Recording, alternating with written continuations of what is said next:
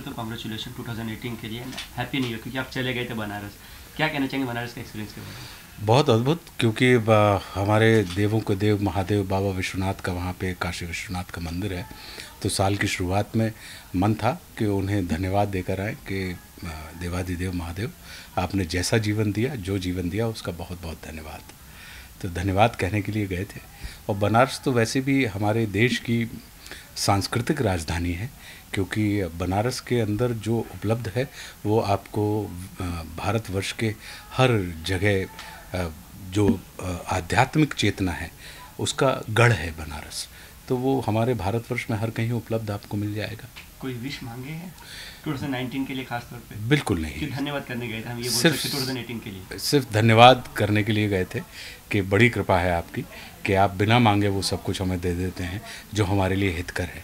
क्योंकि मांग का संबंध होता है कि हम मांगते वही हैं जो आपको प्रिय होता है, लेकिन हम सिर्फ प्रिय को जानते हैं, हमें नहीं पता होता कि हमारे लिए हितकर क्या है।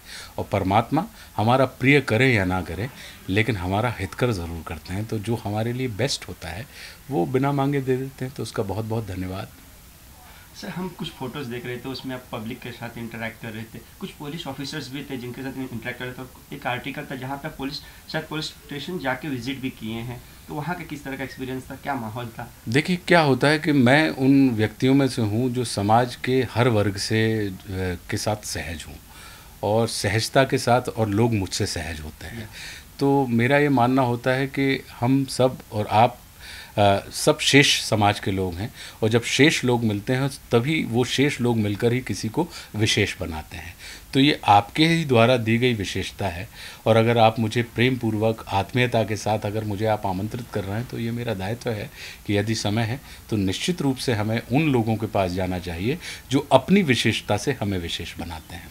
तो मैं इसलिए, चाहे वो पुलिस ऑफिसर्स हों, चाहे वो आमजन हों, क्योंकि उस आम जन का हिस्सा एक हम भी हैं, चाहे वो साधु संतों की टोली हो, क्योंकि बनारस या इलाहाबाद ये हमारे आध्यात्मिकता के केंद्र हैं, और यहाँ का हर व्यक्ति, यहाँ का प्रत्येक कण एक हिसाब से जागरूक और आध्यात्मिक चेतना से संपन्न है। तो क्या वहाँ पे सिम्बा की बातें हुई पुलिस स्टेशन में? देखिए, बहुत सबने बड़ी प्रशंसा की, क्योंकि सिम्बा जो है वो तो पुलिस स्टोरी है, तो जो लोग भी देख रहे हैं सिम्बा को बहुत सराह रहे हैं। और ये हम सबके लिए भी बड़े सौभाग्य की बात है कि आज सिम्बा को रिलीज़ हुए 1 हफ्ता हुआ है और 250 करोड़ के ऊपर का उसने मकाम हासिल कर लिया है।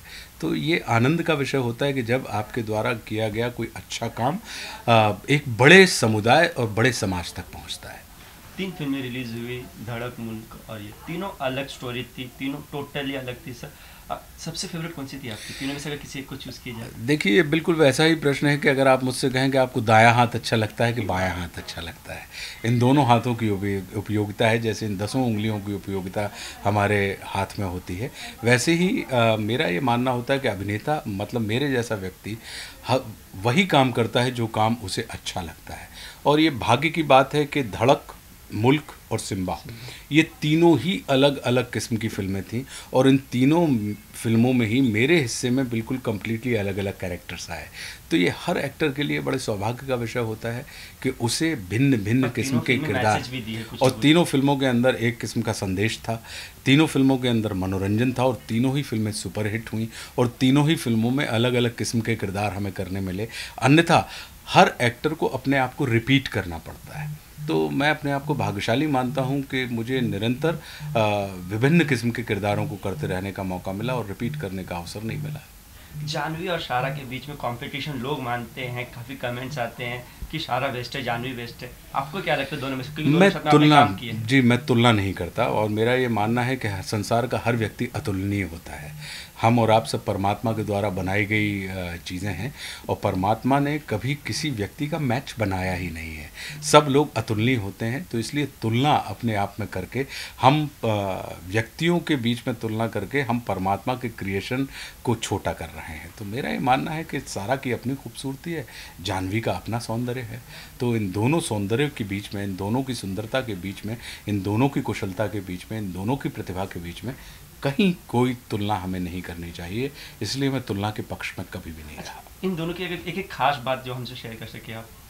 शाहरा और जानवी। देखिए, आज के दौर में किसी भी प्रोफेशनल के लिए सबसे खास होता है अपने काम के प्रति एकाग्रचित्त होकर धैर्य के साथ, पूरी मेहनत के साथ अपना 100% डाल देना। और इन दोनों ही लड़कियों के अंदर मुझे वो देखने के लिए मिला कि ये दोनों ही अपने काम को लेकर बड़ी सजग हैं, सतर्क हैं और 100% अपनी प्रतिभा का इस्तेमाल करती हैं। इसके अलावा सोन चिड़िया भी आ रही है, कितना एक्साइटेड है। चंबल नॉर्मली जो डाकू का इलाका माना जाता है, उसी से फेमस है, वहाँ पे शूटिंग की है। किस तरह का एक्सपीरियंस रहा और इस फिल्म के बाद क्या सोच बदलेगी लोगों की? मेरा ये मानना है कि सोन चिड़ैया जो है वो अपने आप में एक बड़ी अद्भुत और अनोखी फिल्म होने वाली है कि जैसे सिम्बा ने 2018 की समाप्ति या विदाई बड़े बिग बैंग के साथ की है, वैसे ही सोन चिड़ैया 2019 की शुरुआत भी बिग बैंग के साथ करेगी, क्योंकि इसमें इस फिल्म का रोमांच तो एक अद्भुत है ही।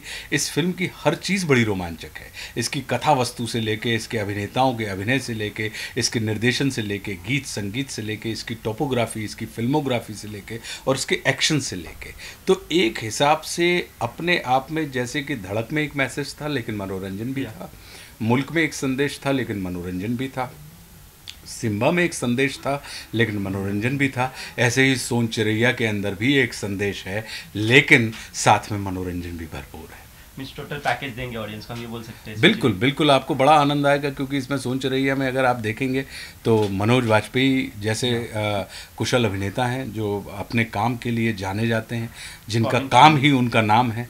उसमें आप सुशांत सिंह जैसे कुशल अभिनेता को देखेंगे, उसमें रणवीर शौरी हैं, उसमें भूमि पेडनेकर हैं, और सबसे बड़ी बात यह है कि इसके जो निर्देशक हैं अभिषेक चौबे, वो अपने आप में बड़ा ही चमत्कारी और बड़ा ही अनोखा और आउट ऑफ द बॉक्स सोचने वाला निर्देशक है, तो जिन्होंने इन तमाम चीज़ों को बहुत अच्छे से संजोया है और बहुत अच्छे से कैप्चर हुई है ये चीज़ें।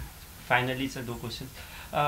कहीं ना कहीं एक्टर्स को सॉफ्ट टारगेट माना जा रहा है, पहले ट्रोल करते तो सोशल मीडिया पे, अब ये पॉलिटिक्स, ये अभी एक पॉलिटिक्स के लिए एक मुद्दा बन गया है, हम ये बोल सकते हैं, जैसे कि नसरुद्दीन शाह का जो इशू हुआ, इसके लिए क्या कहना चाहिए? देखिए, मेरा ये मानना है कि चाहे नेता हो या अभिनेता, जात जात में जात है और जात जात में जात, और अभिनेता जात अजात है, वो सब जातन में जात, कि हम और आप जो लोग हैं ये समाज की ही निर्मिति होते हैं, चाहे वो नेता हो चाहे वो अभिनेता हो।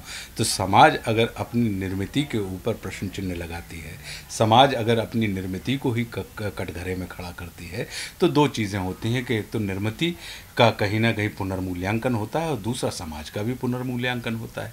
आपने बनाया है, हमें आनंद आया, आप बिगाड़ेंगे, हम आनंदित हैं। फाइनली फैंस के लिए कुछ बोलना चाहेंगे? सोन चिड़िया और एक और आ रही है, 2 फिल्में आ रही है आपकी बैक टू बैक अभी। जी बस मैं अपने दर्शकों से यही कहना चाहूँगा कि आप हमेशा जब आप घर से चलते हैं तो हम सिनेमा हॉल में चल पड़ते हैं, आप अपना शेष हमें देते हैं तो हम विशेष हो जाते हैं, आप जब अपने घर के पैसे खर्च करते हैं तो हमारी कीमत बढ़ जाती है।